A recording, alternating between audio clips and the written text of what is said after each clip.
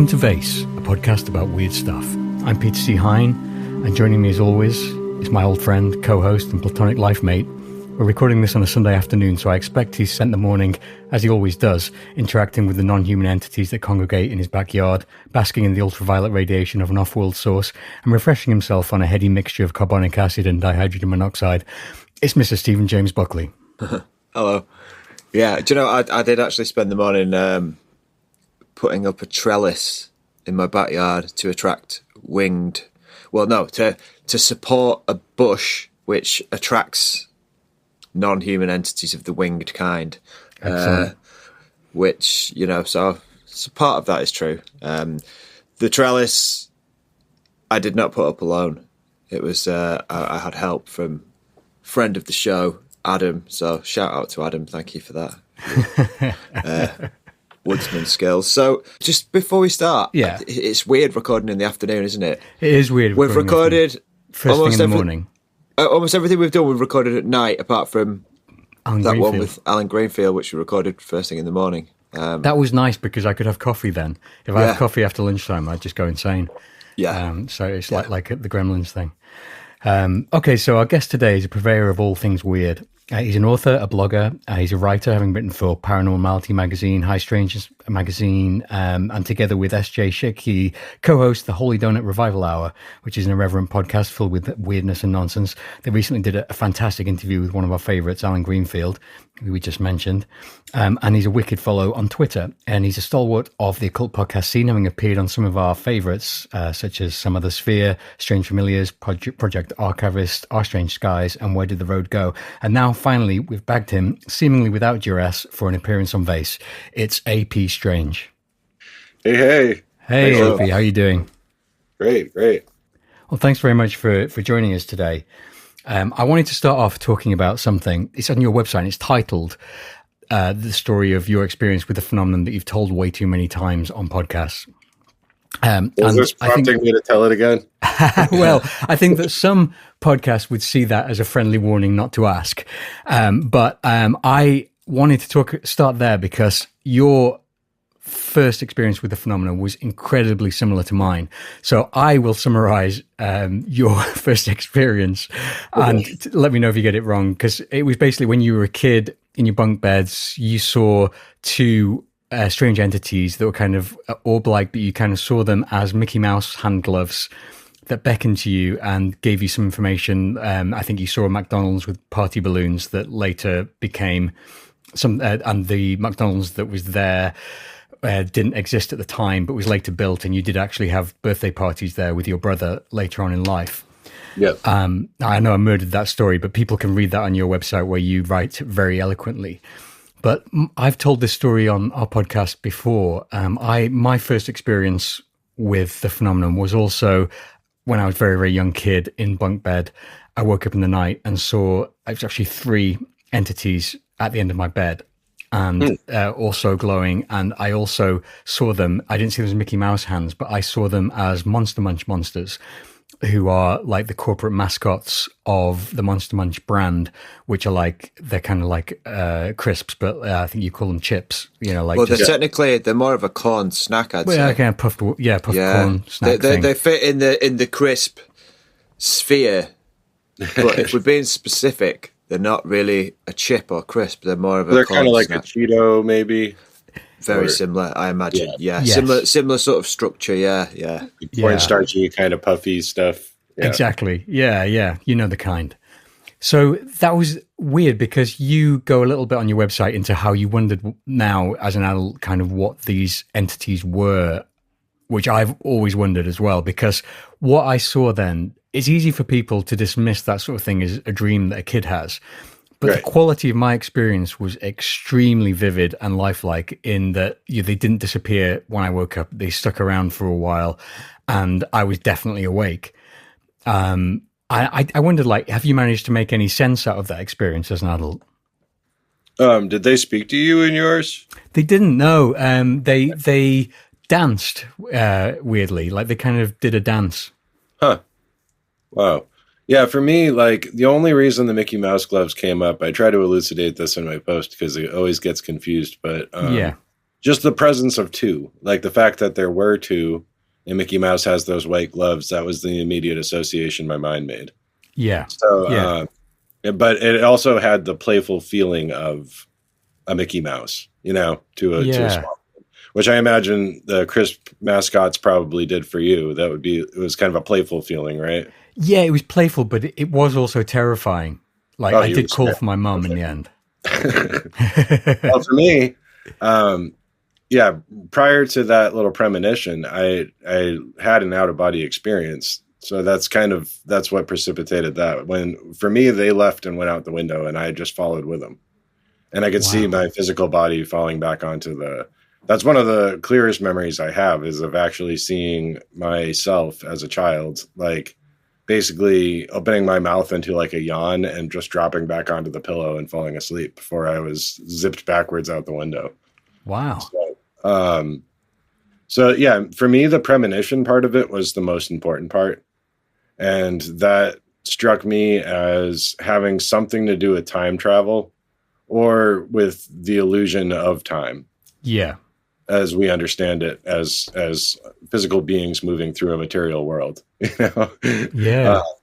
And I've never really taken time on its face the way that it's explained. At a relatively young age, I was trying to wrap my mind around like Einstein and what I could about like quantum mechanics and stuff. Yeah. Like I remember my dad trying to sit me down and talk about like the birds and the bees when I was around that age. And I was anxious, and it's not a comfortable experience when you're having that with your old man for the first time. And I kind of wanted to change the subject. So I started talking about how, time really operates as like block time. And it's this matrix of different realities and probabilities that could happen in different ways. And he was just like, I don't think that's something you have to worry about right now. He was wrong. Priorities. But I mean, yeah, ever since a little kid, I've always been fascinated with time travel as a sci-fi concept. The Time Machine by H.G. Wells, both the movie and the book were huge for me when I was a kid. Yeah. The old version of the movie, I guess. Yeah, the classic one. I think it came out. I love that movie. I love that movie. Oh, that movie is gorgeous. It's just great. Yeah. And it has the same guy, I think, from The Birds in it, the same actor.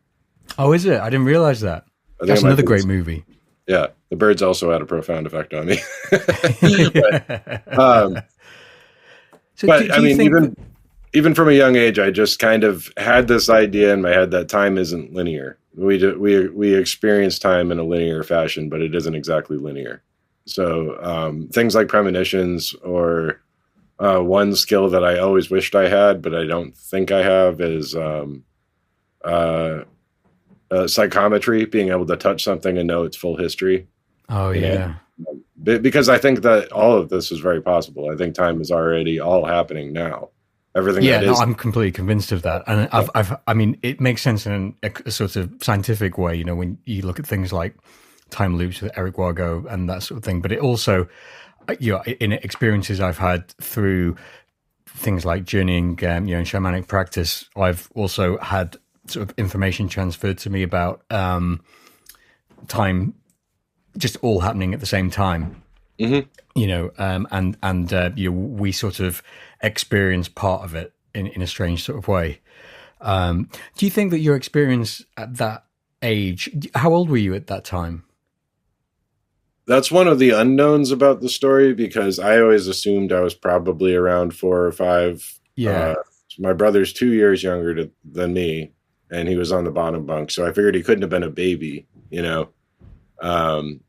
But then I later learned that my brother refused to sleep in a crib at a very young age. So they moved him to a bed like earlier than you would have. So somewhere between the age of like 2 and 5, somewhere in that range. So do you think that experience was a kind of initiation in a way? Yeah. I mean, I think all of the phenomena is an initiation into like a mystery school. Even if you just have a passing interest in it.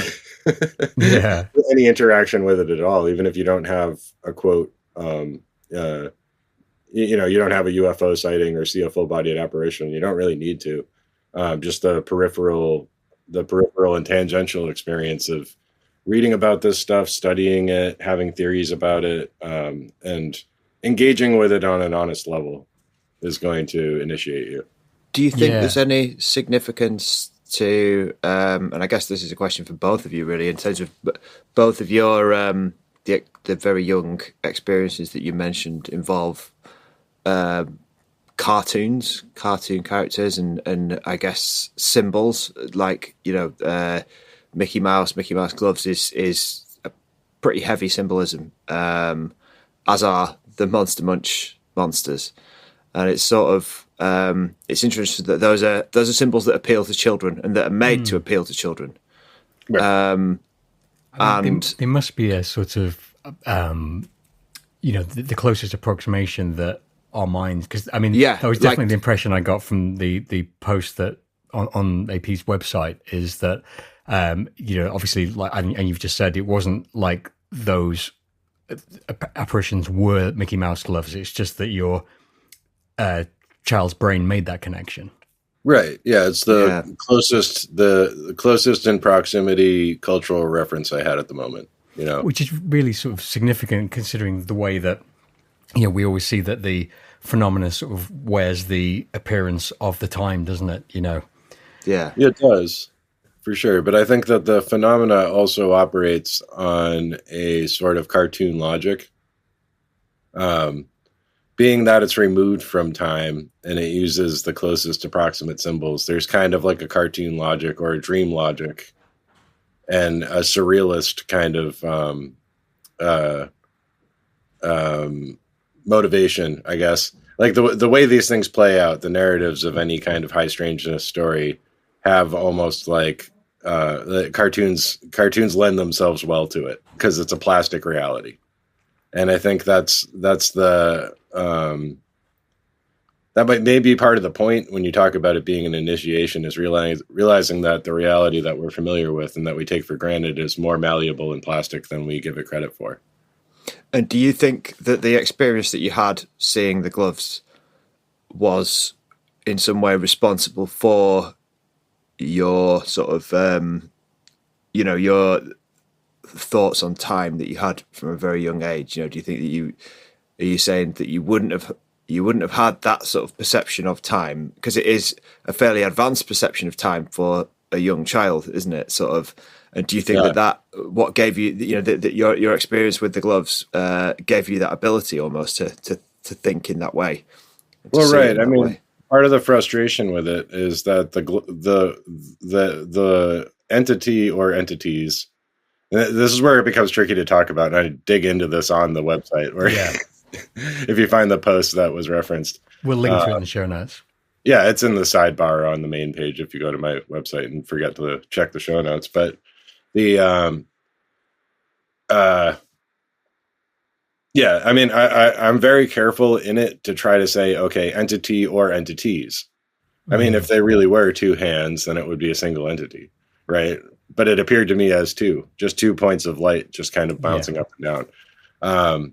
But they spoke to me and asked me a series of questions, very mundane ones, like, who are you? Yeah. Where are you? Why are you here? Like this kind of thing, and then they left after I declared, well, this is my room. I live here. Like, this is mine. Yeah. And it seemed like declaring ownership over the space made them go away. And I had a moment of like anguish, just like frustration, because I'm like, well, aren't we playing a game here? Don't I get to ask you? Yeah.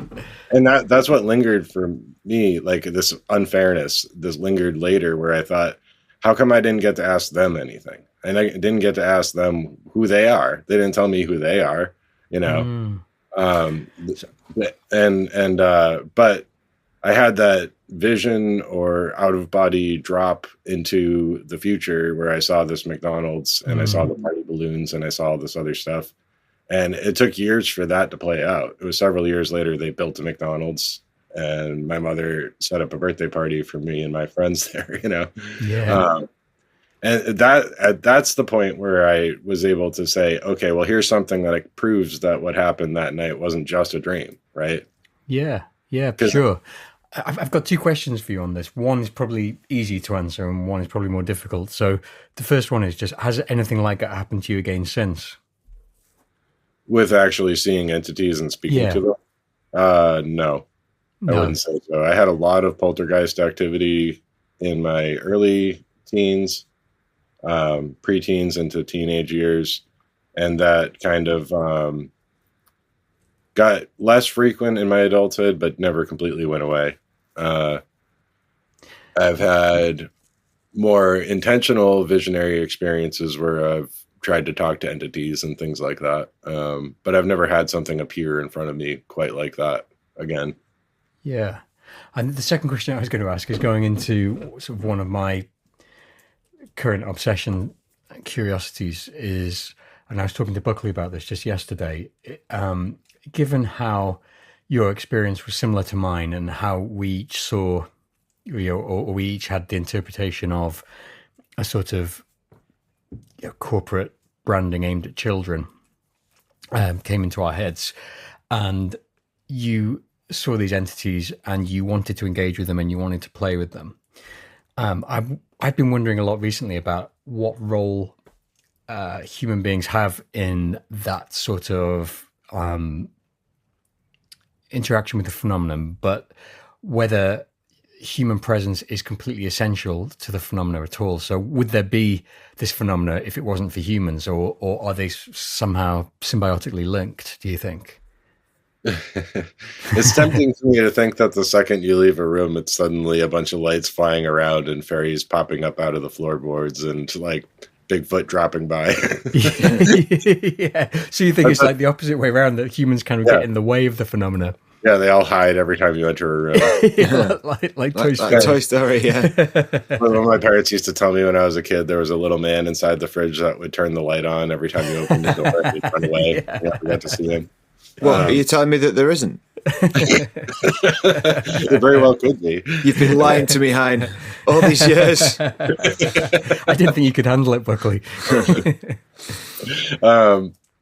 No, I think it is intimately linked with consciousness. And yeah, I mean, time is very important, whatever that is. I think that there's these intersections of moments and our conscious perception of things that allow for things to manifest. I sometimes think that some of the phenomena is like a cleanup crew. And when you make ripples in the time-space continuum, as it were, I never find adequate terms to use for this, so I just throw whatever I can grab. But whatever plastic 3D printer of reality that we have going on, sometimes a wrench gets thrown in the gears by a magical operation, and then there's these entities that have come as like a cleanup crew to repair it and put it back together the way it's supposed to be, so that it doesn't cause further problems in other dimensions. Sometimes I think that's true, but I adopt a new angle on it all the time, and then fold it over into what I was thinking before. Yeah, same. I mean, I think it's the only way. I think, like, if given our lack of actual information about it, I think sort of anyone who comes to it with, the sort of attitude of this is exactly what it is, this is how it all works, everyone else is wrong, you're just not going to believe them, because it's like, in its very nature, it's not tangible. So how can anyone know? It's like Robert Anton Wilson's approach to the radical agnosticism. Maybe logic. Well, that's what I was going to say. Is there, with so many rabbit holes and reality tunnels to explore, why would you stick to just one? Yeah. Life's too short for a single reality tunnel. That's what I always say.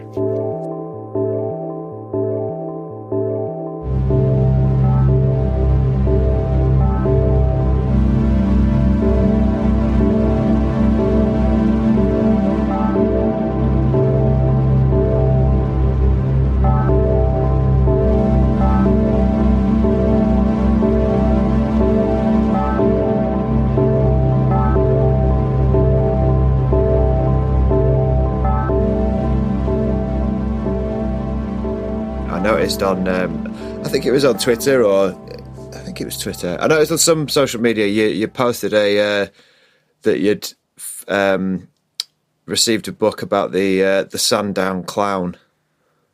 Oh, yes. And yeah, what's your take on that? Because that's like a really fascinating and creepy story, and it's always like have you got a particular take on it? Or You did a really, really, really good interview for Our Strange Skies on that, and I'll link to it in the show notes as well, because I really, really enjoyed that episode. Well, yeah, I mean, it's the kind of case where I didn't realize until I was going to be on Our Strange Skies how recently that's been kind of in the zeitgeist of High Strangeness. But looking into it, it's like it first was published as a report in 1977, I think, before a journal, and it went unnoticed pretty much. Like nobody really talked about it until the Cryptonaut podcast covered it in 2016, I think. So that's a long time to go without, just this relatively unknown account. And it's just really because of the internet era and podcasting era that we've become more aware of it. So that's kind of interesting in itself. Yeah. And this book that's out now that you can purchase on Amazon is a collaboration between Philip Mantle's Flying Disc Press in the UK and the Archives for the Unexplained in Sweden. So really what it is it's like a photocopy of the initial case report on the Sandown Clown that was written before, including like the actual handwritten letters by the man who claimed his children saw the entity, or his daughter saw the entity with her friend. So what you have is the original case file, which is pretty interesting because I noticed thumbing through it that there were two other encounters that sounded similar to Sandown Sam on the mainland in Wiltshire. Okay, I didn't know about that. Yeah, it's just a brief mention of there was a woman that saw one in Warminster, I think, and the other one was in somewhere on the border of Wiltshire. So, and were these adults, the other people who saw it? Yeah. Well, okay. Now I'm gonna put my caveats here because I hate being wrong. But yeah, but one of them at least was an adult woman, and I think the other one was either a man or like a teenage boy. I mean, there's loads here to talk about because I mean, you did a blog post on that as well, didn't you? About the Sundown Clown. Well, it's the kind of thing with like clowns in general. Like clowns will keep hampering you. So if you go down if you start dealing with clowns, man, I'll tell you, they don't leave you. And I started that whole podcast saying that everybody that listens to it is going to start having clown synchronicities. And I was hesitant to even approach Sandown Sam because it seems like it's been covered a number of times. Really very limited information. You got a very short story and you can tell it in 10 minutes. And then what do? Spend half an hour talking about what it might have been when really it's a report from children. You don't really know, I have a hard time dismissing that though, because my earliest encounter was pretty wild and I was a child at the time and I would fully expect people not to believe me, I mean, it's just got that like same feel to it, just that kind of almost absurdity and that, sort of thing that we've talked about dream logic and, but I think there's also like child logic, which is kind of quite similar to dream logic in a way, but it's just sort of slightly different. And that's kind of what that reminded me of. It's just sort of, it has child logic to it, but like, I think that's really interesting in terms of thinking about the phenomenon as a whole. I'll have to try to verify this because I'm going to make a wild claim, but I read somewhere at some point that the dominant like brainwaves that are in children are very similar to either hallucinations or dreams. Right. So because their brains haven't sort of fully developed, they're basically constantly in that state of sort of dream and hallucination. Well, I think when you're a toddler, you're like tripping all the time, pretty much. Yeah, exactly. Yeah. Which is really, really fascinating. But going back to we talked about the absurdity and the cartoonish element that a lot of these encounters have. And that's not just encounters that kids have, like the Sandown Clown or mine and your experiences. I mean, a lot of High Strangeness is just very absurd, very cartoonish. And it seems, like you were saying before, that the phenomenon kind of has a sense of humor in some way like that. And we've talked a bit on this show about how I find it really difficult to believe encounters or encounter reports that are too story-like or too logical. And that comes a lot with the kind of nuts and bolts approach to, say, UFOs, for example, or even the cryptozoological approach to Bigfoot, you know, where saying it is actually a primate that lives in the forest that no one's discovered yet. It seems less believable in a way than the absurdity that comes along with high strangeness. You know, that element of high strangeness for me makes me think, well, why would someone make that up? Right. Well, I suppose I think what I'm trying to get here is, what do you think high strangeness is? What is that strangeness, that absurdity that comes along with the phenomena? It's the only true reality. Right. The rest of us are just dicking around over here, but that's the true stuff right there. So, I don't know. Like the Sandown Sam is a great example of that, but there's plenty of stories where I think the whole design is to shock you out of the mundane reality, right? Yeah. That's I think Fred Anderson touched on this recently when he wrote about clowns. Yeah. And unintentionally, he didn't realize that I had written about something very similar, but it seems like we're of a similar mind, where there's a version of hypnosis called shock induction. And you can find, like, I think on YouTube, there's videos of Darren Brown doing an example of this. The shock induction with hypnosis usually is done by kind of like coming up to somebody and putting your hand on their chest and like hitting them in the back of the knee so they start to fall. And then you catch them. And in that moment of free fall, you put a suggestion in their head. Right. And they're so shocked because they don't know what's happening. They lose orientation suddenly and they're falling. And that's the point where you implant that. So, but that would work just as well if you just through pure absurdity, uncanniness. Uncanniness puts you in a frame of mind where suddenly you're susceptible to all kinds of ideas. Yeah, so, because it's like that thing where you, if someone like robs you or is going to attack you, you just do something completely ridiculous and they're just, what? Because it just like you say, it just sort of shocks them out of it.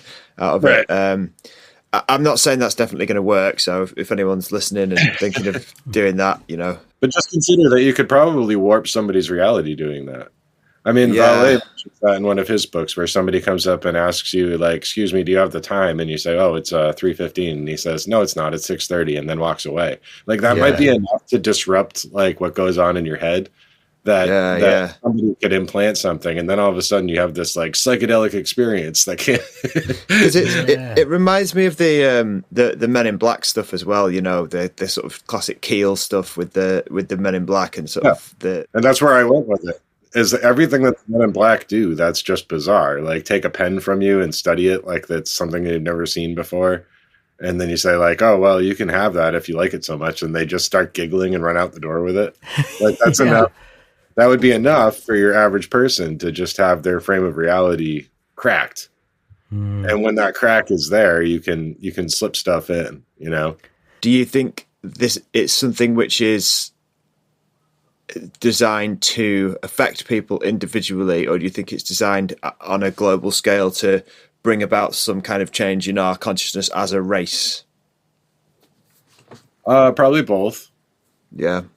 The thing is, we're all intimately tied together. I honestly believe that we're all just aspects of one giant consciousness when you think about it. And as above, so below. Anything that happens to you as an individual is rippling out and happening to everybody else in some way, shape, or form, right?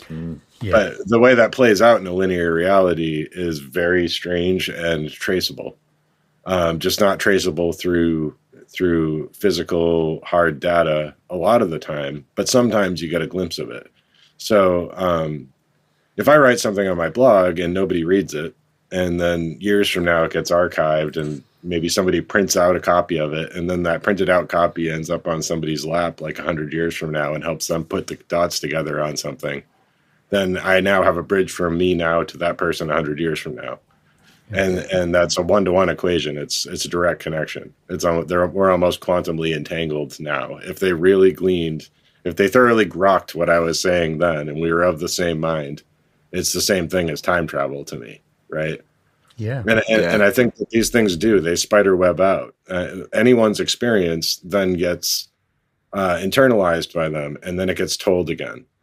So if I hear a story that sounds pretty straightforward and it sounds like a nuts and bolts experience, and it's presented to me as nuts and bolts or a flesh and blood Bigfoot, and they're treating it as such, then I know I'm already receiving something that's been filtered through a number of things. Yeah. A lot of witnesses have bizarre stuff. And what I hear in the community a lot nowadays is, well, the people doing the investigation don't care about the other weird stuff that happened. They don't want the high strangeness because it makes their story less credible. Yeah. Leave it out. But sometimes the witnesses don't even report it because they don't want to be thought of as crazy, right? And I know both of you have had synchronicities that, and any particular synchronicity is so highly personalized and it's so specific that you have to backtrack and explain how these things are significant to you in order for it to be a profound synchronicity at the end of the story. And you end up being all over the place. Not dissimilarly to the way I'm talking right now. But you just know, don't you? You just understand, like, that you just know on a personal level that's, you know, you do. When it's happening. For sure. But what I'm suggesting is that there is a risk of throwing the baby out with the bathwater. And when we have these more refined reports of encounters, I wouldn't say I don't believe them, or I believe them less than I believe the really weird stuff. To me, they're just as useful. And I think, like, as data points, they're still useful. And I think there's room in all of this because whatever this mystery school is requires participants of certain offices. And some of those offices are purely materialist scientific, and they're just there to file away the data that they can confirm. And there's nothing wrong with that. We do need those people. Like, we need the Mick Wests of the world as much as we need the Jaime Maussands, you know? Like, because that's what makes the UFO world move. You need both ends of it, you know? Yeah, I mean, there's so much that I want to ask you based around this, but a lot of it is going to be, I think, quite general questions. So we had Joseph Matheny on the show quite recently, and one of the ideas that sort of struck me whilst we were talking to him was how, because obviously his specialism is in this alternate reality games, you know, and the way in which they can manipulate people's consciousness or even manipulate what I would say in scare quotes as consensus reality. Yep. And it made me obviously think, and I think I suggested this in the episode that we did with him, that consensus reality is probably just a game that we're all really, really invested in at the moment. That kind of forms a veneer over what is actually real. So the idea that, you know, you have to get up at 7:30 in the morning, commute to work, do 8 hours of work, make enough to cover your rent or your mortgage, come home and go to bed and do it all again the next day, not only is that a reality that we are all currently bought into because of the economic system that we live in, but it's also distracting us from what is actually real. And I think that goes along with what Hansen says about liminality and that kind of thing, in that it's the people who are maybe on the edges of society who don't contribute to that consensus reality as much, who have these strange experiences. Yeah, the anti-structure sort of thing. Yeah.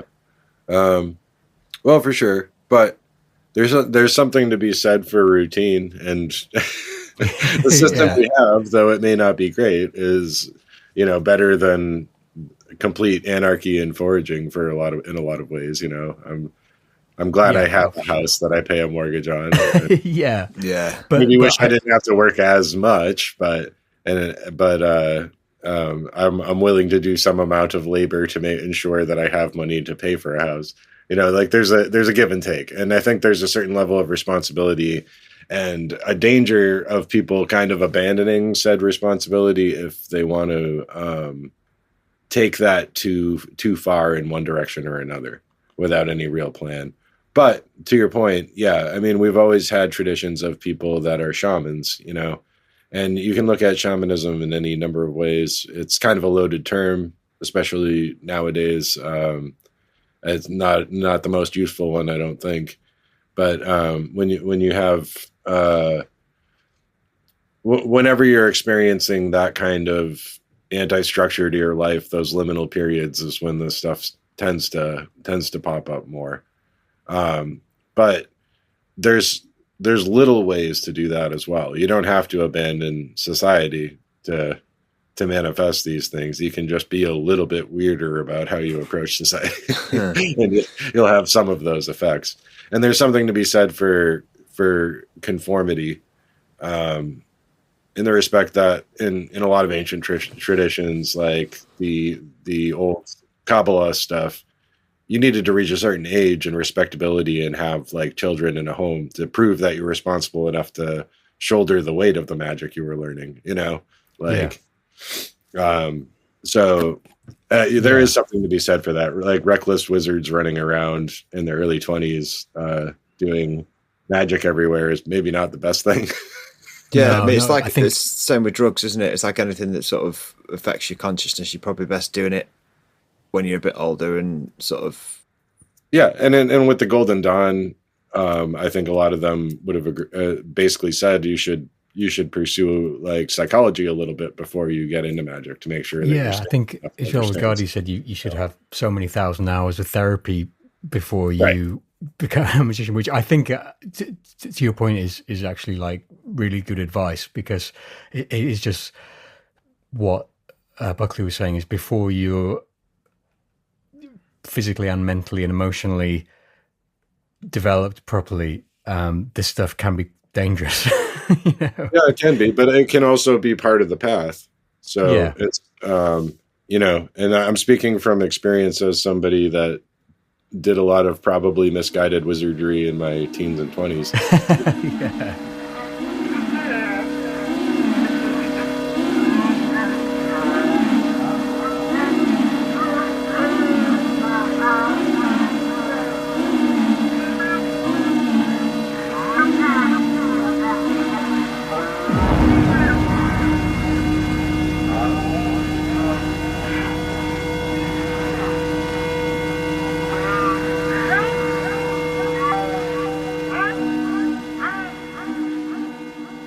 Who do you think, in sort of Western society today in 2024, which people do you think are closest to the idea of a shaman? Not necessarily a famous person, but like, which role in society or outside of society falls closest to that, do you think? You can find it anywhere, really. I think I think there's something to be said for just finding those bits in people that you meet. And I've often found that with like, unhoused people that maybe nobody talks to, like they're asking for change and people try to avoid them. And it's like, sometimes if you just have a human conversation with them and recognize that they're another human being, like even if there's no material swapping, if you don't have money, but you have a conversation with them, like sometimes there's things to be gleaned there. Joseph Matheny said exactly the same thing, pretty much. Really? Yeah. It's because it's really I mean that interesting. can have the same effect too of shocking your system, because I've heard some wild stuff from those people that I've run into. I think the city I live in has kind of extra weird people in it, but I mean there also are spiritual teachers around. The trouble with it is that they're hidden in plain sight, and it's like they may be the unhoused person. They might be the guy that's has a Zen smile while he's mopping the floor at the mall. It could be it could be like anyone anywhere. It could be a doctor. just seeing patients, and he has something really profound going on in his head. And like, the messages that people are going to generate aren't necessarily because they meant to generate something profound. It's going to mean something to you. And it's really about how you interpret it from everybody that you encounter. Yeah, I love that. I have encountered people that I'm not even sure were real people, because who knows? Like, the people that you run into sometimes, like, the second you're not there, they may vanish, you know? Yeah. I had a tarot reading from a woman like that once. She just vanished right after we had a tarot reading. What was the reading like? Was it really good?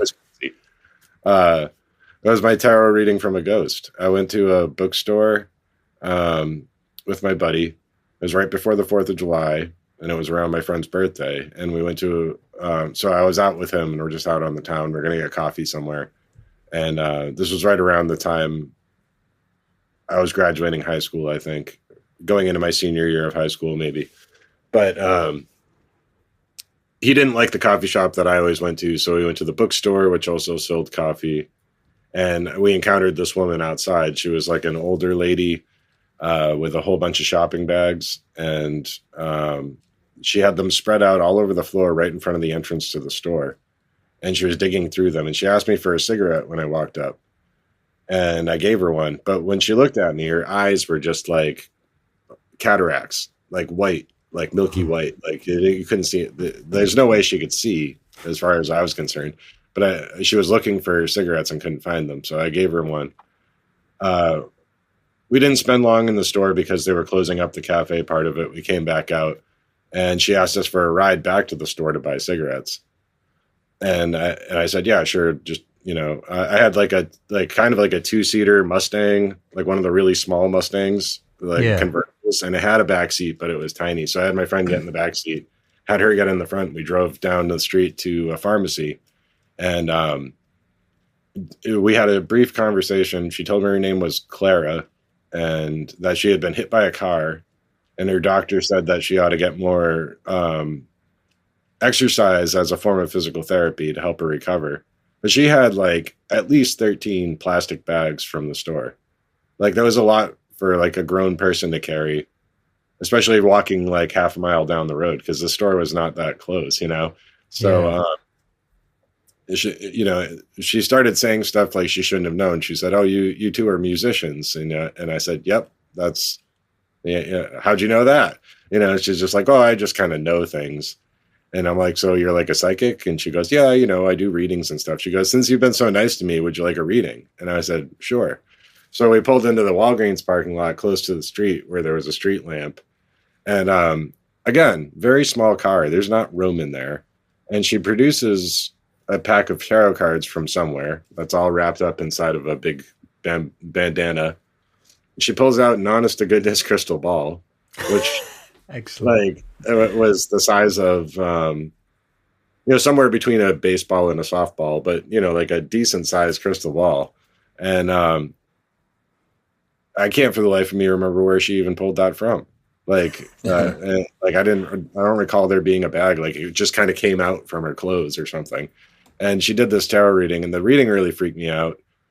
But what was even freakier was when she got out of the car, she took all her bags out. She asked me if I wanted a cherry. One of her bags had a bunch of cherries in it. I took the cherry from her and started eating it. And she got out of the car, and my buddy got out of the back and got in the front because it's only 2 doors. So he had to get out to get back in.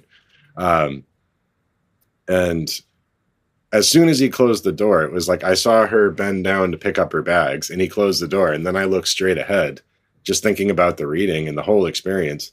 And then he's like not listening to me while I'm talking. I'm like, man, that was wild. And I'm like, dude, are you even listening to me? And he's looking out the window. And I'm like, what's your problem? And he's just like, where'd she go?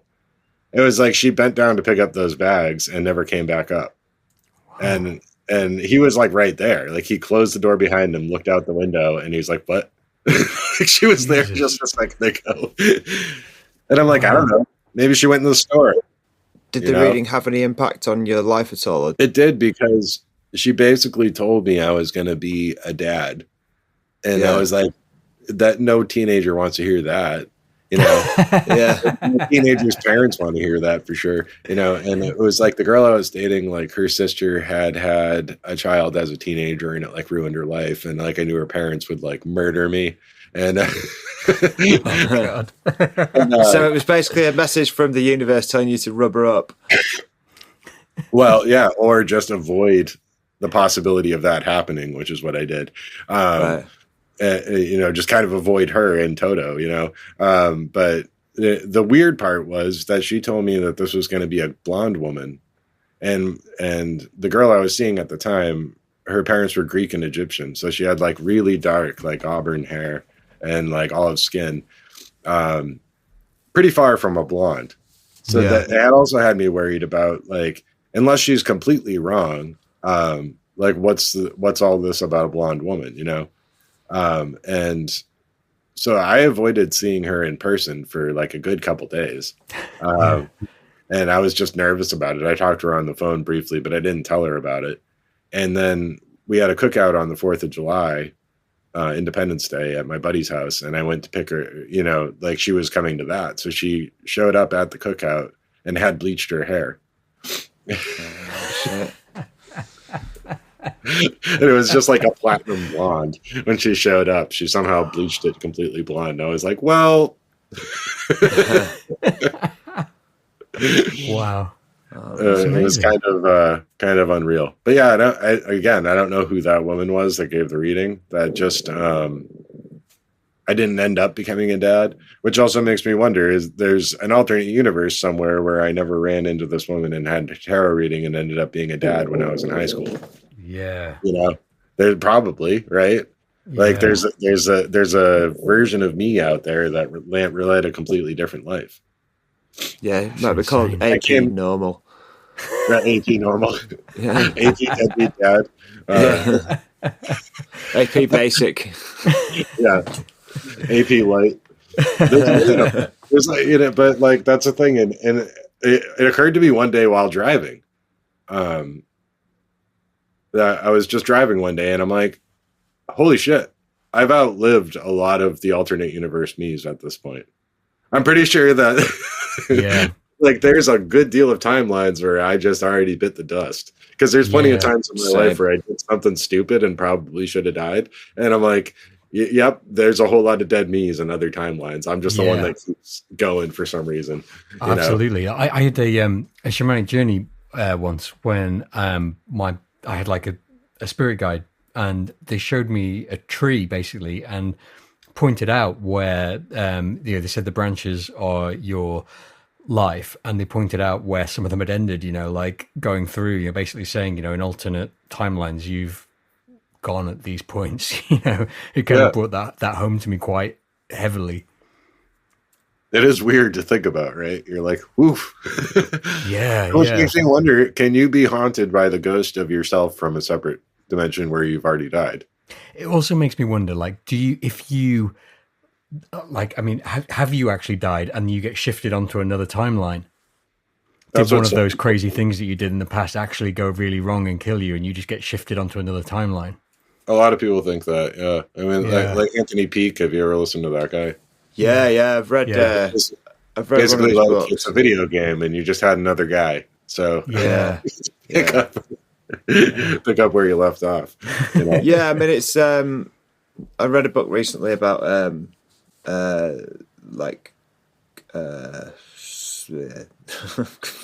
simulation hypothesis. And sort of its similarity to how computer games work, because the guy who wrote it was like a MIT scientist who went on to like make computer games, and you know, that's kind of what he does. And just like so much about how like that hypothesis works is just the same as, you know, and the idea of like dying in one level and going to another one, or like with a computer game, if you die, you can still sort of start it again. Right. So you got another guy. That whole principle. Or you can start as like a different character or whatever, and it's like maybe that's where all these other variants are. It's it kind of hurts your head to think about. I have beefs with it personally. Yeah. My main beef with it is that's just it's the same thing as a child encountering the mascots from your favorite brand of chips, or crisps rather. Trying to get your vernacular correct. Yeah. Thank you. Bloody hell. Anyway, or like a cartoon character as a kid, because it's the closest reference. Yeah. So it's the height of our sort of technology. So it's the best that we can. Much like how they used to say the universe was made of clockwork and stuff hundreds of years ago. And I find that much more appealing. What I really like is I think that people had this figured out thousands of years ago. Oh yeah. And when you look at Indian, the old ancient Vedantic stuff, and the Hinduism and Buddhism, their conceptual ideas about how all of this works, the wheel of life, the Dhamma chakra, that kind of thing. It's and the idea that there is this illusory nature to the reality in our living life that is referred to as Maya. It doesn't mean that nothing is real. It means that we have a sort of veil over our eyes. We see everything through a certain lens, and things around us appear material. This appears the height of reality, but it's not. It's all information. It's all energy that is solidifying in a very material and physical form in front of us.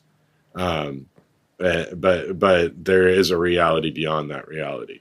Because it ties in with quantum physics as well, doesn't it? It's just like it does, yeah. And I think the simulation, to me, is a way of explaining it in ways that make it sound like the holodeck on Star Trek, or something like that, or using the Matrix as an example. And to me, these things were already pretty well expressed by Plato's Shadows on Cave, or things that were written in sutras by the Buddha himself, or Hindu saints down through the ages, so I think, to me, it's just the most modern skin on, to use a simulation term. It's the most modern skin on a very old idea, so it's not to say I disagree with it, but it is useful to think about it in computing terms, because when we were talking about like a child being able to interact with this stuff in the same way that somebody on a hallucinatory trip or in a dream state might, there is something about that interface, right? So if you're thinking about it in technological terms, you need to be speaking the same language. You need the right component to plug into the right input to interface properly. So things have to line up on a consciousness level in order for that to work. And likewise, everything on a computer operates on bits, and now and like data and megabytes and terabytes, and it's all information. It's all binary code ultimately. But nowadays we have quantum computing, so it'll be interesting to see where that takes us. And we have machines pretending to be Christopher Walken on your podcast. I'm surprised you weren't fooled by that and didn't think it was the real Christopher Walken. I mean, also it gives us a common language to talk about it with, because everyone, or it's not right to say everyone in the world, but like so many people in the world have some understanding of a computer or a video game or something. It gives people a kind of way in, doesn't it? Well, it's simpler as well than sort of like when you think about kind of the quantum stuff and the idea of like the collapsing wave function and sort of non-locality, and it's like that can be expressed really quite eloquently by saying that it's like how in a video game it renders what it needs you to see, so if you go to a certain that world doesn't exist, there isn't inside your computer every level and every, like, it's not all there. You can't go to it if your avatar isn't there, and it's like so it works really similar, but it generates it as you go. And that's exactly the same, isn't it, as the quantum stuff. So it's like it's a convenient explanation. Well, that's why like the mystical stuff is endlessly appealing to me. And whenever I talk about occultism, I feel a little bad because like a lot of the Western tradition just is not appealing to me.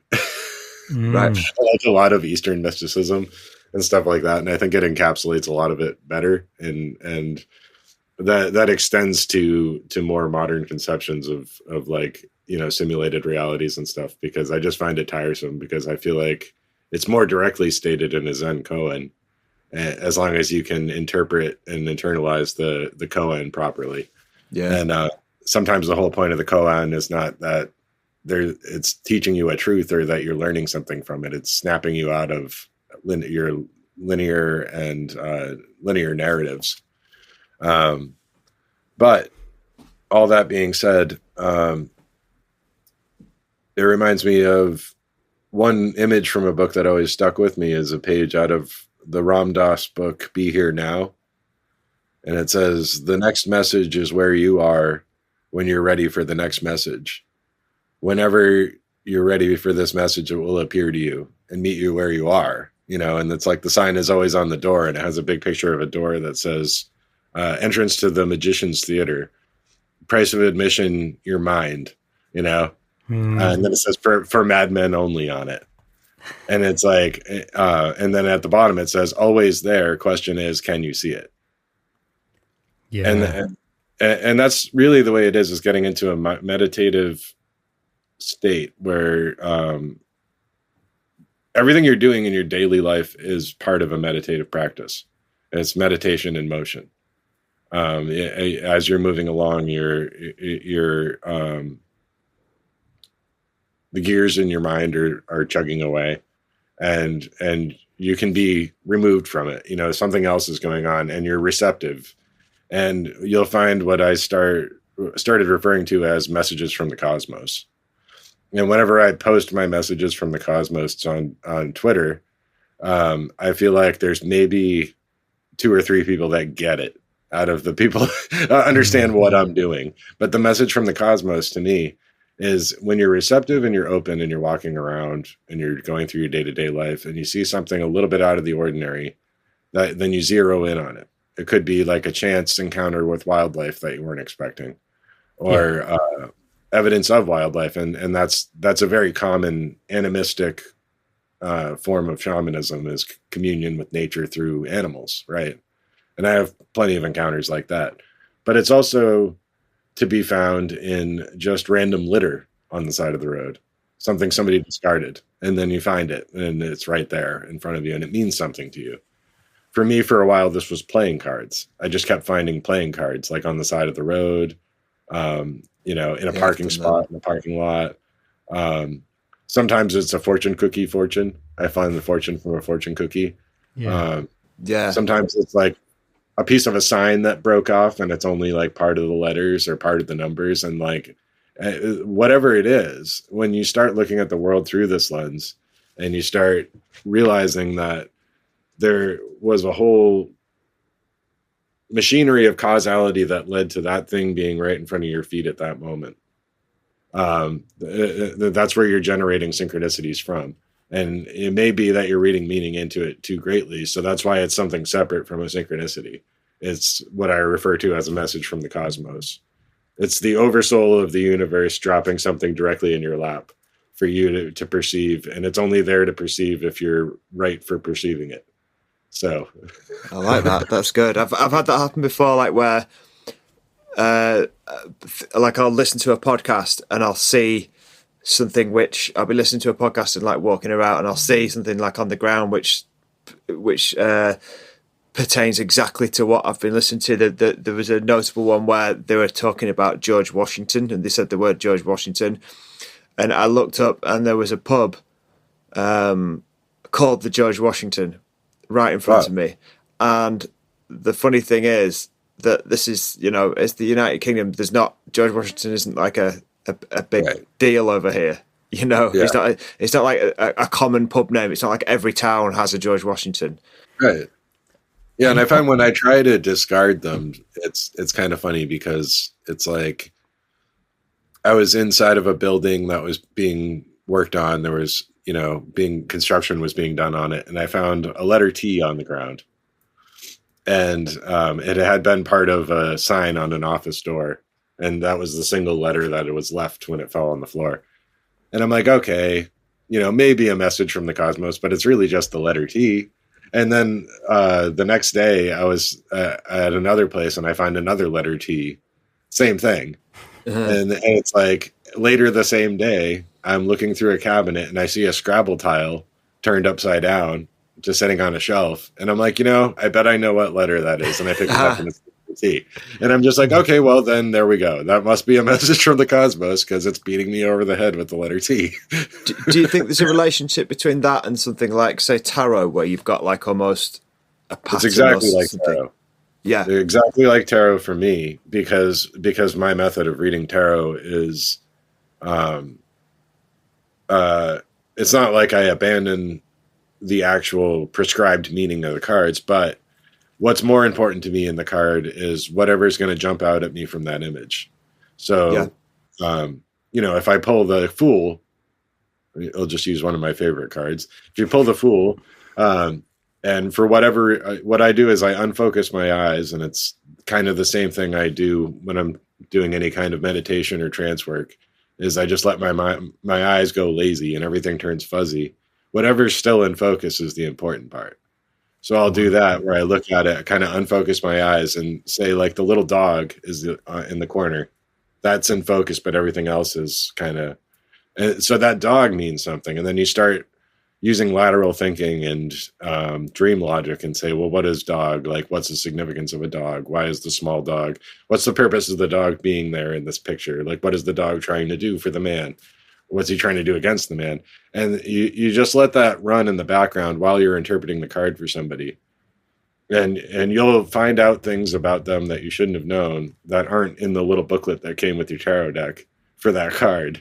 Yeah, I really like that idea. It's like one of our listeners who sadly passed away at the end of last year. His name was Baz, and he was brilliant when it came to tarot stuff. Like he'd always like help everyone out on the Discord with like sort of interpretations of tarot, and his approach to it. We were talking about him yesterday. His approach to the whole tarot thing was sort of quite similar to yours. I think he had like he just did his own thing and kind of worked outside of the prescribed boundaries and just like kind of. I think Hine will be able to explain this more eloquently than me. But yeah, I mean, just that he was pure intuition. A much more intuitive reading than sort of flicking through a book, or like you say, the little pamphlet that comes with the tarot cards. It felt more like which a lot like how you described it, like he found some understanding.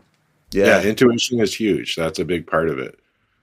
And talking of Alan Greenfield earlier, like he kind of referred to I heard him in a podcast refer to like Illuminism, and his idea of what gnosis actually is like a radical intuitive knowledge of God or of the mystical nature of things, Yeah. And that's what it is like, if you can trust your intuition, if you can refine your intuition and trust your knowledge based on what you've gleaned, you can astound yourself with the magical effects that you get from it, Do you think, this is something I've wondered about a lot, because I feel like, and again, I'm coming to griping about modern life and whatnot, like I feel like as a kid, I had pretty good intuition, and that just engaging with the sort of stress of everyday life and so on has brought me further away from my intuition, or at least from being able to follow my intuition. Is there anything that you could suggest to me and our listeners, like, to help develop your intuition in that way? Yeah, I mean, I don't think it's something that needs to be developed. I think it's more, it's more some of the filters and layers of assumption and consensus reality that need to be shaved away. Some of it's a letting go. Like a letting go of preconceived notions and allowing yourself to emerge from that, more so than developing, it's not muscle there. Yeah. You're not doing repetition and building muscle off of it. I think it's more just something that's already in there that needs to be dug out. And is that part of what you were saying about the messages from the cosmos? You're listening to that sort of thing? Yeah. I mean, I'm looking at it much the same way I would look at a tarot card. The whole, my whole plane of vision in front of me as I'm walking down the street is a tarot card. And I'm picking out little things, you know. Now, obviously, if I'm very busy or something's really bothering me, or I'm walking my dog and I'm trying to make sure he doesn't dart into the street while I'm walking him, you got to focus. When you're driving, there is some amount of that where you have to focus, you know. You can kind of let the robot take over to a certain extent, but you can't be like unfocusing your eyes and divining from what you see in front of you. No, yeah. But, you know, throughout the day, it's like when you get into a practice of this, I think other people will kind of eventually get what I mean with it. And I think some people do. Like, I think Steph Quick, when I started posting messages from the cosmos, probably knew exactly what I meant without me having to explain it much. And I intentionally called it that because it sounds a bit silly. Yeah.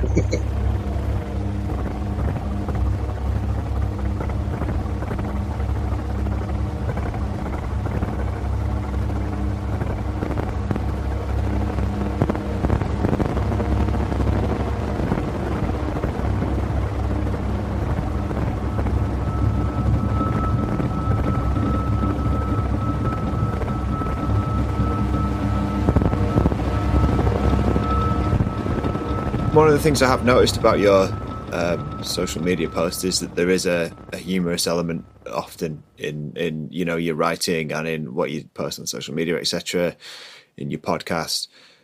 Do you think what are your thoughts are about the value and place of humor in these areas, in sort of the occult, in magic, in all of this ufology? Well, it's that's there in part just because I am, in fact, a goofy bastard. I'm a very silly person, but I take my silliness very seriously. And that by that, I mean that in occultism, if you're going to be dabbling in magic, you had better have a sense of humor. You know, I think a lot of people tend to be very grave and solemn about it. And for sure, you should be. There should be reverence. Like, you should have a respect. There's a healthy respect that should be had, especially for other practitioners that came before.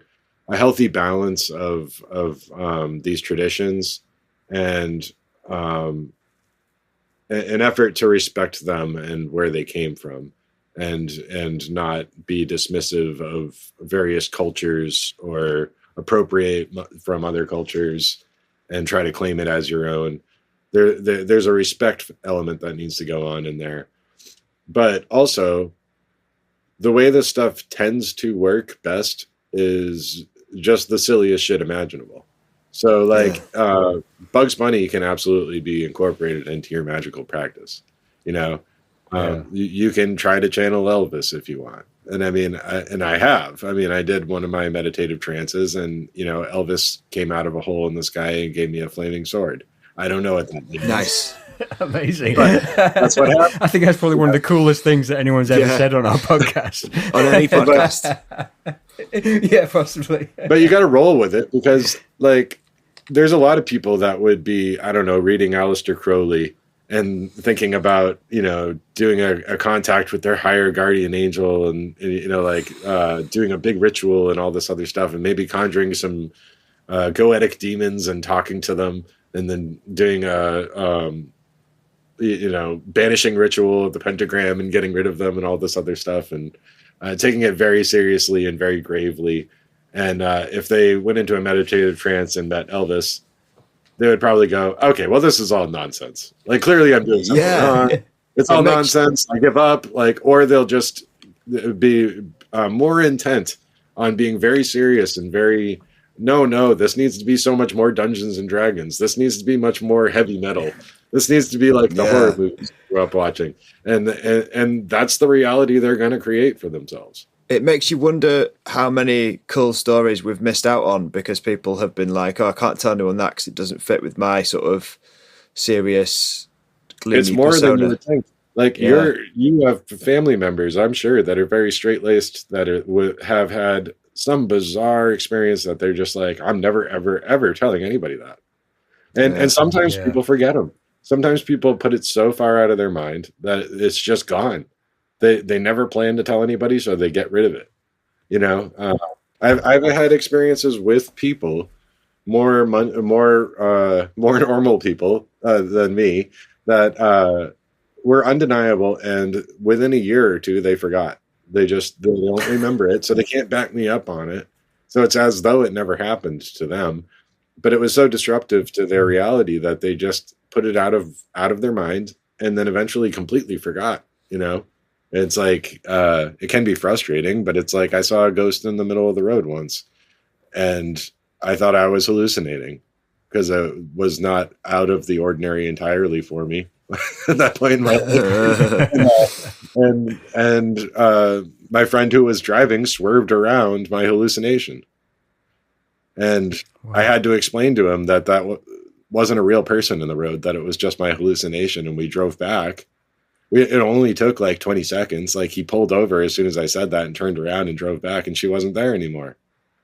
Wow. And I asked him about this, like, to be fair, it was maybe 5 or 6 years later. He had no clue what I was talking about.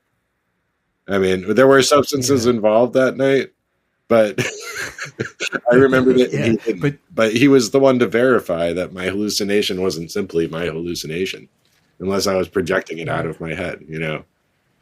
A similar thing happened with the poltergeist activity. I told a friend all about the poltergeist activity I grew up with, and he said, I don't know what to tell you because I don't want to call you a liar. I don't think you're lying to me, but I think there must have been a reasonable explanation for that. It must be a rational explanation. And I said, well, fair enough. And we were at work, and we were closing up a cafe. I went to clean the bathroom. While I'm in the bathroom, I hear all of the CDs that we had stacked up on the shelf behind the counter explode off the shelves and land everywhere in the cafe. And he screamed. And I came in, he's just standing there repeating the words, I did not do that. He was at the register, counting the register. The shelf behind him exploded, and the CDs went everywhere. And he forgot about that. Like, years later, I brought it up, and he could not remember that happening. Yeah, it's like his brain just closed around it and just said nope. Yeah. So I'm willing to bet just about everybody has something bizarre like that happen, and nearly all of them can't explain it. They file it in the doesn't matter folder and put that folder in a drawer in the back of their brain that is never going to be accessed again, and and they forget about it. Otherwise, people that are into this weird stuff, I find myself censoring. You know, I was talking to my friend Stardog, who's had some of the weirdest experiences I've ever heard. And sometimes there's just little things that are just meaningful between the two of us. And it's like, I realize now that even we do it. We even censor ourselves. We don't share everything. Like, you know, because some of this stuff would be too weird for me to explain to them, you know? So. Yeah, for sure. It's like I was having doing some deep meditation once, and there was the vision that I had was my dishwasher being held open by a wedge of fruitcake, and it seemed really, really meaningful to me at the time, and I wrote it down and everything. But that has no context, or how do you explain that to another person? Right. And yet, to me, it was really meaningful, and it's stuck in my brain, and I still think about it a lot. But it makes absolutely no sense to anyone else who would have encountered that. Right. Yeah, I think it just means that you're an absolute fruitcake. Yeah. That could be it, you know. That's what the universe is telling me. Yeah, that's telling you need to do the dishes. Yeah. How do you think synchronicity fits into all of this? Because you were saying how you see a clear division between the messages from the cosmos that you collect and synchronicity itself. Yeah. I mean, I think the messages from the cosmos are the synchronicities that you go out looking for. They're still going to be very random, and you don't have any control over where they pop up. But synchronicity, as a rule, is very difficult to go out looking for or to generate. And I think there are some people that just kind of naturally generate it, and I'm fairly certain that's how I began talking to Stephanie Quick. is that she's been doing experiences or experiments with generating synchronicity for a long, long time. And when I first became friends with her, I'm like, I'm a little bit of a synchronicity generator myself. So, and it's like what I said earlier about that interface. For whatever reason, Stephanie and I speaking to each other every day probably generates more of it, just by virtue of the fact that we're talking to each other.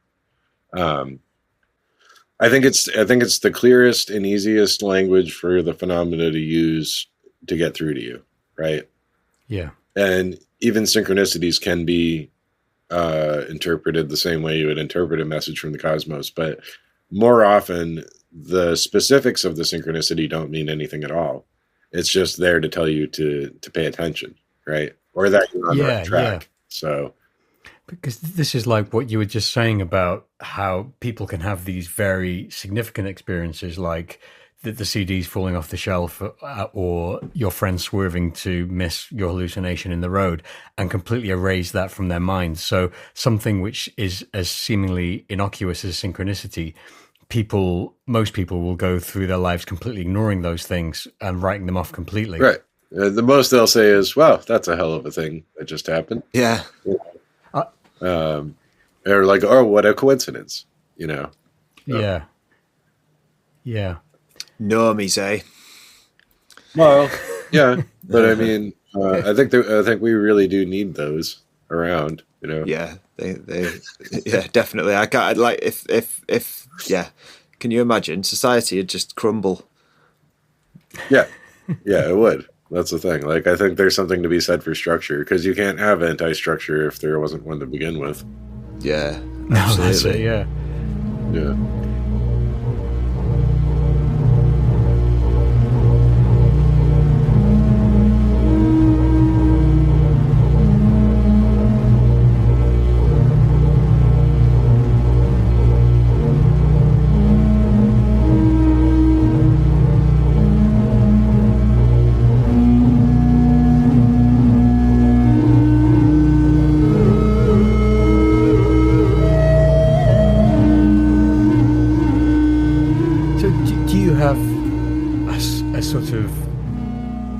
Ontological worldview at all, or do you have a spiritual practice or a magical practice or anything like that? Yeah, I consider myself to be a devout Discordian, except every other Thursday, where I draw a religion out of a hat and devote myself entirely to that for the day. Yeah. I think a lot of my spirituality is very much, my spiritual beliefs are very much in line with Buddhism, but probably closer to Taoism, and a little bit of the Vedantic stuff, Vedas, and Hindu beliefs. I'm not like associated with anything formal in that respect. I've practiced my own form of transcendental meditation since I was a teenager. I was raised Catholic, and I fell into witchcraft in my teens, and Buddhism a little bit after. Studied a bunch of different world religions, and Christian Hermetism and Western magical tradition, and came full circle back to a lot of the Eastern stuff. And I tend to just resonate with the Eastern beliefs more. But I never really lost the Catholic stuff I grew up with either. I think the communion of the saints in the Catholic tradition and their contemplative tradition is still very profound and sticks with me quite a bit. For the most part, I'm an eclectic Discordian, and I incorporate all the little things that I've found along the way, from Buddhist monks that I've talked to like voodoo a bit, and witchcraft that I participated in, and Catholic monks I've talked to. All of that kind of rolls itself into a nonlinear pulsating Dyson sphere in my mind.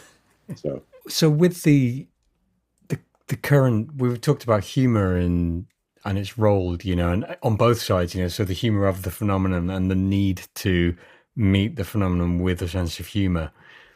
But there seems to be an extreme lack of humor at the moment, particularly in things like UFO Twitter. Really? I think UFO Twitter is a laugh riot. Well, yeah, it's good to laugh at it, but I don't know whether they intend it to be funny.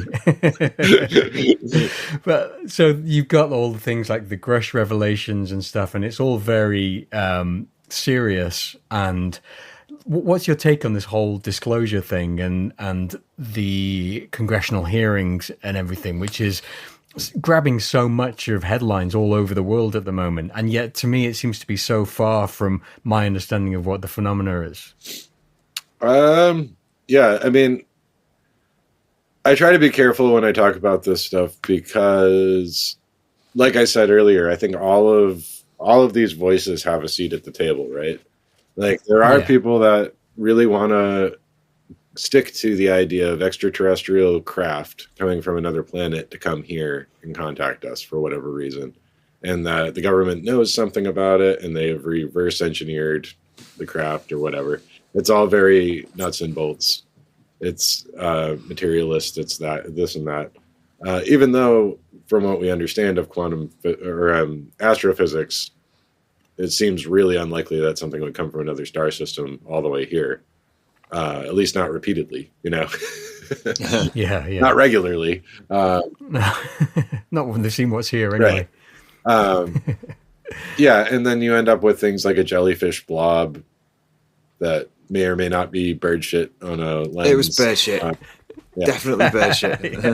I've heard some pushback on that where somebody said it might have been some kind of balloon, but I don't know. Yeah.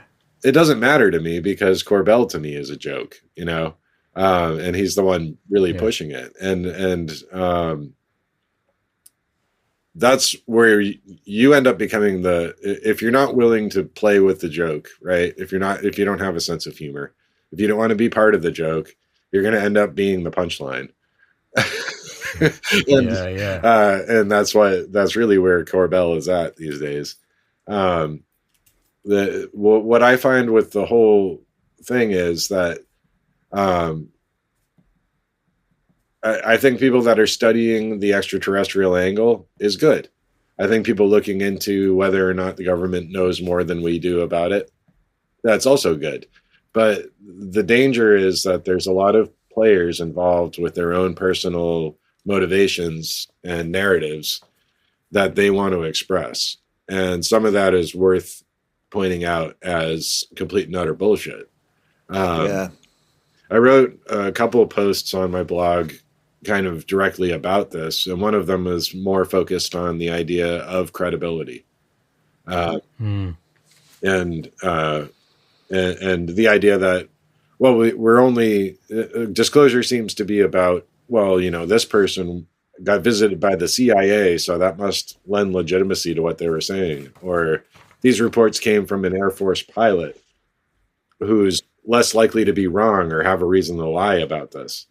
And some of that can be dismissed if you also consider that it could also be a lie. There might be lies involved. There very well could be, you know? Yeah.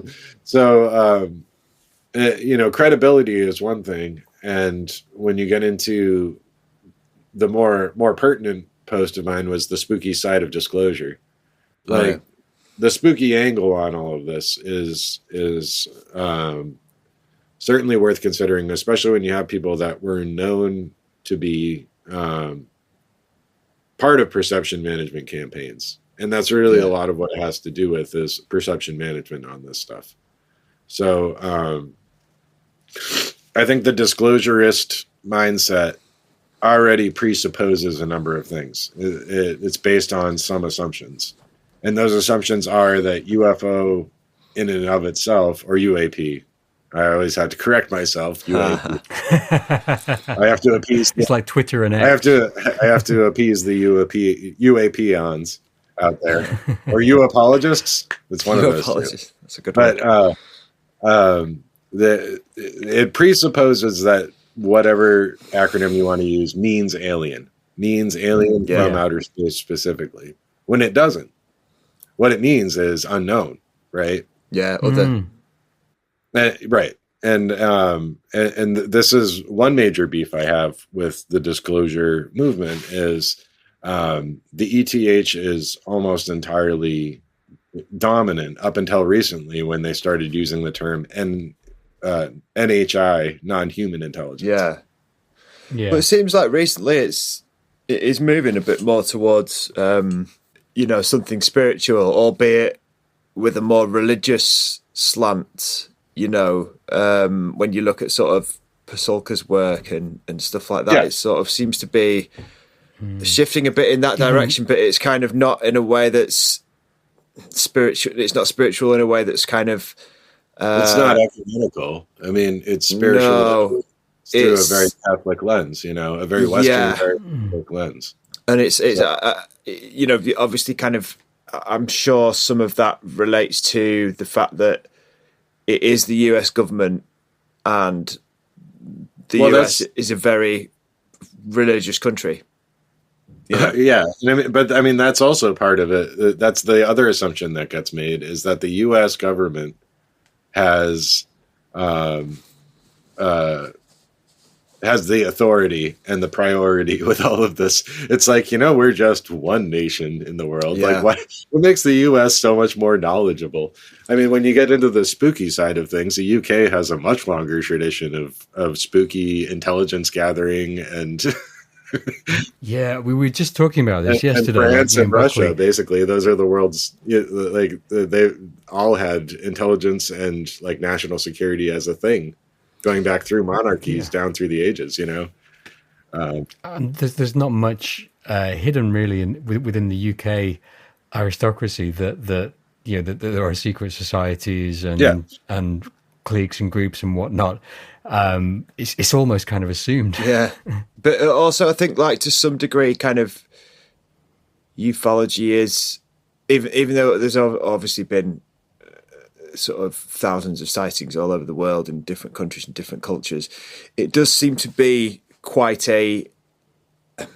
almost like an American cultural thing, almost like American folklore. Yeah, because because other countries kind of already have folklore that's a lot older, and it's like so it's almost like the US has kind of embraced it, and because of that has fed back into it.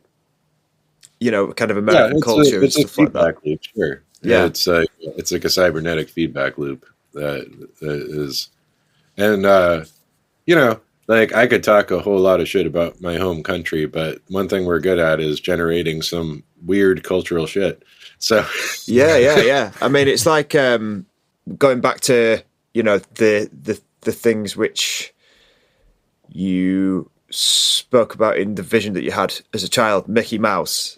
Right. And then also you had a vision of McDonald's, because that again made me think of like Ronald McDonald, and made me think of these kind of. That was my first it's thought. The same as now, like seeing Elvis in a vision, or seeing. Yeah, it is. It does come back to these kind of icons, doesn't it? These kind of cultural icons that are. But then I guess it's like Philip K. Dick said. The divine will be apparent through the trash stratum, make itself apparent through the trash stratum, and it's like culturally, sort of, Disney and McDonald's are very much that. No, and it's always in the margins. That's the thing, is like, I think the UFO reality exists in the margins. It exists between the lines, and it's always going to be marginalia. Like, the truth is going to be marginalia. The rest of it is going to be, filling the books and in the headlines and sensationalized. But the real truth is going to be hidden in footnotes and in between the lines and handwritten notes on the edges of pages. Yeah, you could say the truth is out there. It's out there. It's outside. But it's also in here. Because, as I like to say, at the end of the day, the real disclosure was the friends we made along the way. And, we had to learn about ourselves in the process. Were you, I obviously, we can't see your video. Were you pointing at your head or your heart then? My heart. Yeah, it was my heart. Yeah.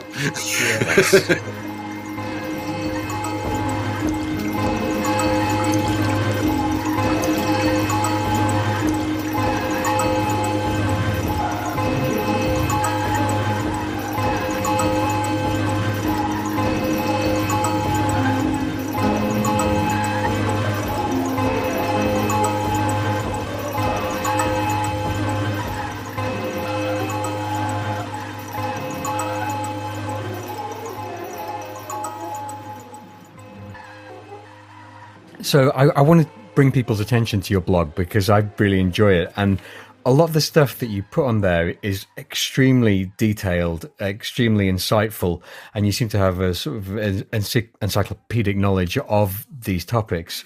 But there is also this humor and most of all this weirdness that runs through all of your writing. And I was wondering if you could give our listeners ways in which they can bring more weirdness into their own lives. Yeah, I mean, read a lot. I feel like, at the risk of sounding like an old man yelling at a cloud, or of just being too dismissive of a lot of things, I feel like most people get their content through podcasts or YouTube or whatever, or, like TikTok videos. And if they do read, usually it's like Wikipedia. And to me, that's just kind of saddening. And there's so many great books. Like, I wish I had all the books. I have a great number of books, but I wish I had all of them, because every single one. That's a good goal. Yeah. Reading really is. And I mean, you don't need to have a very specific goal for it. Like, just go into a bookstore and find the weirdest book you can find, or many of my ideas just come out of having a vague interest in something and looking into it way more deeply, So it could just be like an actor in a movie that you're watching has kind of a weird life story. So you'd start pulling the thread on that, and you end up finding all this other weird stuff attached to it, Yeah, I mean, I really loved the one again that you did on the Sundown Climb thing and the Isle of Wight and all that. Oh, stuff. that got way out of hand. That was like something I eventually had to write down because now we're coming back to a thought that got dropped in the first 20 minutes of the show, but we like it, a callback. Yeah, but that was something where, like I said, it was. I was not super thrilled about even looking at that case too deeply because I'm like, well, a lot of people already have. I would rather do something more novel. But it kept coming back up since I did that podcast appearance. And then I thought about it and I'm like, well, the only other thing I know about the Isle of Wight is that there was a music festival there. And it's kind of interesting to think of him as the ghost clown because a lot of people always associate ghosts with an old abandoned building or a place where a battle happened. Like in the US, it would be Gettysburg. The Gettysburg battlefields are supposed to be haunted. There's a traumatic event. And I'm like, well, why wouldn't a joyful, like, festival type event also generate some kind of entity, right? The Isle of Wight Festival could have, and as it turns out, the second one that they had there, I think it was the second one, was more chaotic. There was a lot of division going on, and that's the one that I kind of cover in the blog post. And like Hawkwind's playing at the tent stage and all this other stuff. And members of Pink Floyd were there, but they weren't playing. So then I started working at Black Widow was playing, and they were playing their song "Come to the Sabbath." So there's all this. There's this kind of confluence of occultism, art, psychedelics, ritual stuff in the form of a festival, and then a couple of years later, an entity that is vaguely referred to as a ghost, but is very distorted and weird and kind of psychedelic in appearance, So I'm kind of connecting that Isle of Wight festival to the Sandown Clown that was seen on the Isle of Wight, not 2 years later. So, So I mean, I guess what you're saying is like go down those rabbit holes. If something sparks your imagination, follow it. Yes. Yeah, exactly. And well, for my part, like I said, I tried to resist that one. I'm like, I don't want to write a blog post about Sam the Sandown Clown because I already was on a podcast talking about it. I always want to be doing something completely different from what I did before. So it bugs me when I don't get it all out because I try to be as concise when I write it because I respect people's time. And I know they're not going to read my blog post if it's 10 pages long. So I try to keep them around 2,000 to 3,000 words. And sometimes I don't get to everything I want to do, which is why you know, like when I wrote the blog post about credibility in ufology, I later had to do a follow-up with the spooky side of disclosure and use like Houdini in the 20s as an example of how to look at like congressional hearings around UFOs, because he had one about ghosts in the 20s. You know? Yeah, I always want to do a complete 180 and go in a different direction. And you know, like I don't never want to talk about the same thing over and over. If I cover UFOs on the blog, then I want to turn around and do something completely different the next time. Doesn't always work out that way, but I think there is a through line on my blog, and what that is harder to define, but it's really just humor is definitely a big through line in the blog. Yeah. And I try to be funny, and I'm glad when it comes off, it's funny to people. Yeah. It does. Yeah. I think that's mostly down to influences that I've had in reading. And I think a lot of authors are funnier than people give them credit for, and they don't realize they're being funny. Like I can read into humor in authors that most people find pretty dry. Yeah. But I think the overall through line is that there's so many ways to look at the mysteries. Yeah, I mean, one thing I get from your blog is the weirdness in mundanity, you know, which I really, really enjoy, you know, because I read one recently that you did. It was a slightly older article, but it was only recently on your blog about Valentine's Day and the sort of like strange history of that. And then you'd also done one about sitcoms. Yeah. And that sort of thing, you know, these things that are just in the fabric of everyday life, but you're examining it through a slightly weirder lens. And for me, that's exactly the kind of thing I enjoy. Yeah, because it has to do with perception and the narratives that we use in our day-to-day lives, what we find useful as a point of reference. And I mean, this just keeps amplifying how we started the conversation too, with Mickey Mouse, or with mascots for a brand, or with a franchise fast food restaurant. There's little bits of it. I think any creative function is going to bring out some primordial truth. It's going to be part of a thread that's going to, and it doesn't matter how surface level it is. Like a sitcom is, I think, generally considered on the lower end of the low highbrow equation. You know? Yeah, it's the chat straight to him again, isn't it? Right. Yeah. Apart from Fraser. Sure. But that doesn't mean that we discard the highbrow stuff entirely either, you know? So, because there is a similar source that they're both springing from, you know, they go in different directions. So, yeah, I mean, it's useful to, okay, here's an example of what you're describing. Finding a weird angle to something very mundane, like a TV show. Pick any word. Just find a word. I'm looking around the room right now. I got octopus. You find a word like octopus. Just keep saying that over and over again. Eventually that word will start to seem alien to you. And then you'll say, well, that can't possibly be right.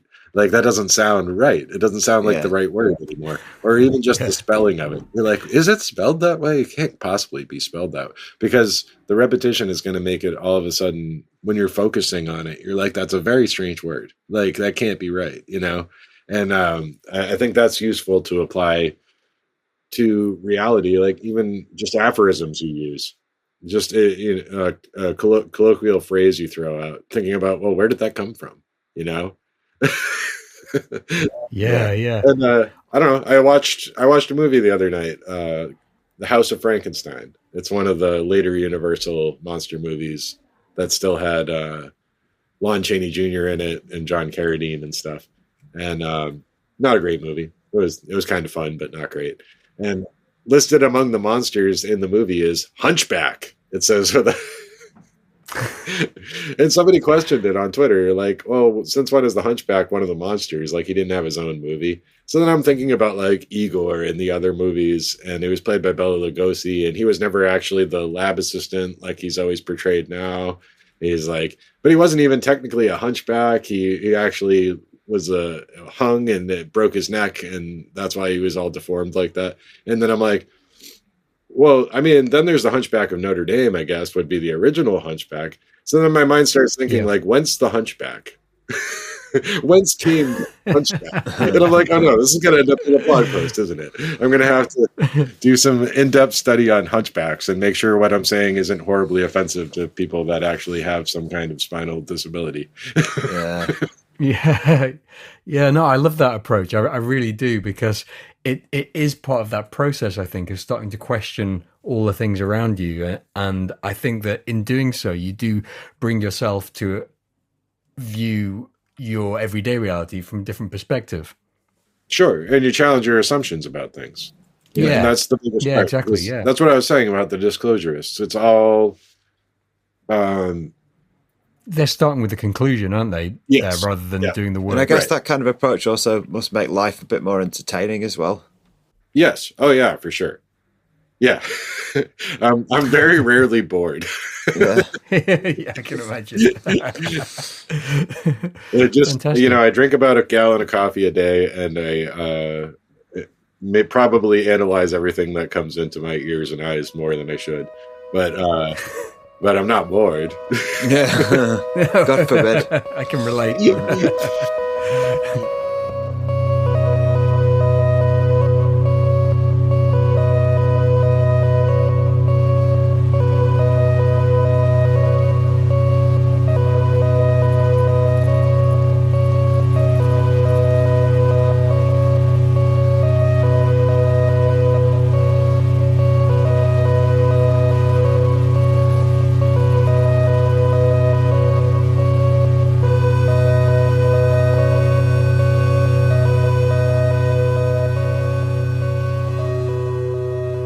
So we usually ask people who come on our show for recommendations of books, movies, documentaries, TV shows, podcasts, YouTube channels, anything that you think might be relevant to what we've talked about today, or just stuff that you enjoy.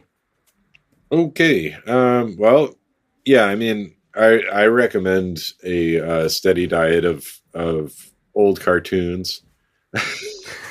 Yeah, Looney Tunes and that sort of thing, and old comedy and stuff like that, for sure. But also, I think surrealism gets slept on a lot. If you look into early surrealist works, I think that helps with like the dream logic and cartoon logic sort of thing I'm talking about, and interpreting reality.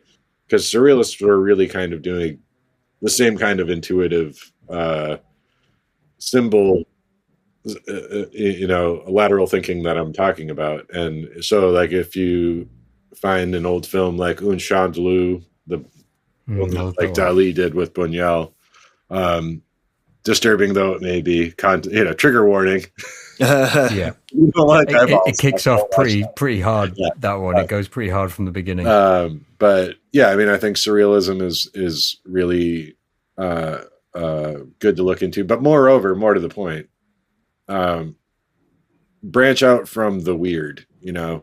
So it's reading art history a bit, or reading epic poetry, or Victorian literature, or pulp comics from the 30s. Like, you're going to invariably keep coming back to find weird shit.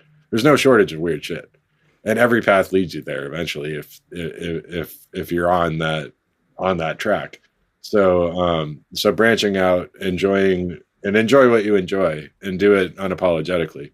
Life's too short to like try to pretend to be cool, and yeah, like that's definitely something I've learned. I don't like those Marvel movies. Marvel's ruining. Yeah, okay, man. I enjoy the Marvel movies. I like watching superheroes fly around and shit blow up. I don't care.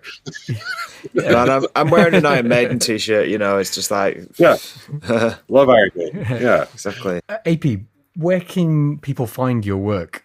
apstrange.com is the website, and it's a blog, but it's got a lot of stuff up there. I think the most recent one right now, well, who knows by the time this is out? We're time traveling again. So, Yeah.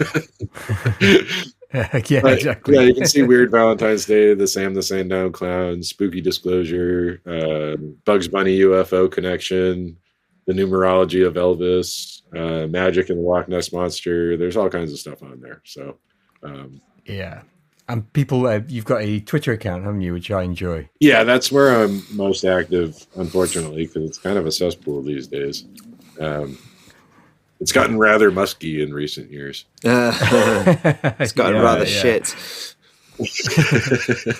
But unfortunately, that's, I don't know. It's like a tweet to me is still the best way to get something out there. It works for me. Like the other social medias don't. They don't. For whatever reason, I can't get into it. Beyond that, the Holy Donut Revival Hour is on YouTube. Follow that show. I think we're just like at Donut Revival on there and on the social medias. So you can tune into that and see myself and my bestie SJ talking all kinds of weird nonsense. Perfect. I can recommend that as well. And if listeners want more Vayse, you can find us on Twitter, and we also have an Instagram, and they're both at Vayse, then Vayse spelled backwards. So that's at VAYSEESYAV. Our website is www.vayse.co.uk. That has all our episodes, but you can get us across most podcast platforms, but it's only the website that has the full show notes. So if you're interested in the show notes and find all the links, go to our website. You can email us if you have any weird experiences that you'd like to share with us at vayse.info@gmail.com, where you can get the whole soundtrack to the podcast at Bandcamp, and that's done by our very own Stephen James Buckley. And there's a link for that on our website. And if you would like to support the podcast, you can do so. We have a Ko-Fi. And if you give us a regular donation, you can join our Discord, which is a great place. And there's lots going on there. Our Discord rocks. There's some great people on there, and some good fun discussion. And we've been making some tentative plans for some other things we might be doing with people kind of on the Discord and stuff like that. So it is worth getting involved with it. I think so anyway. I'm kind of biased, but I think so too. Yeah, it's good. So before you go, AP, I actually have a story to tell you. It's a story.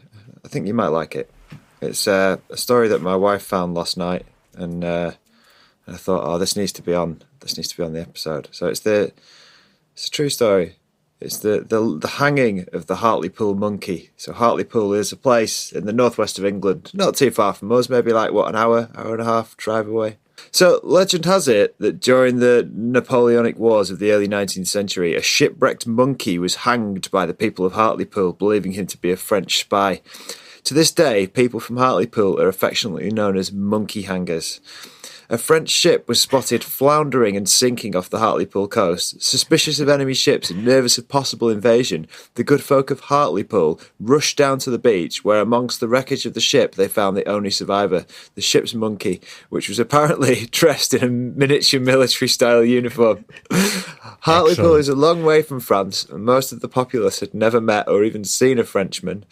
Some satirical cartoons of the time pictured the French as monkey-like creatures with tails and claws, so perhaps the locals could be forgiven for deciding that the monkey, in its uniform, must be a Frenchman, and was a French spy at that. There was a trial to ascertain whether the monkey was guilty of spying or not. However, not unsurprisingly, the monkey was unable to answer any of the court's questions and was found guilty. The townsfolk then dragged him into the town square and hanged him. I mean, that's awful. I mean, that's a terrible ending for that poor monkey. Yeah. What do you think of that, AP Strange?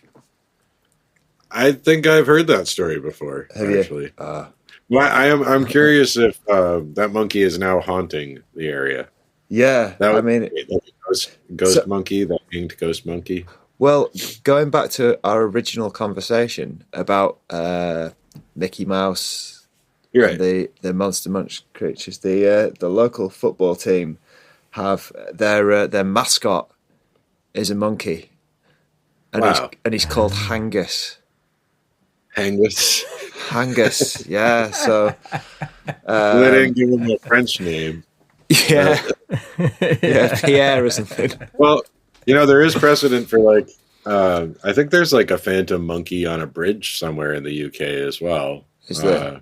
A phantom ape? Yeah, I think I've listened to a podcast about that. Yeah, apparently jumped out and attacked a carriage like in the early 20th century. And then there's the phantom chicken of Highgate. Jeff the Mongoose. Well, Jeff the Mongoose is one of my all-time favorites. Yeah, but same. he's a different story entirely. There's no one quite like Jeff.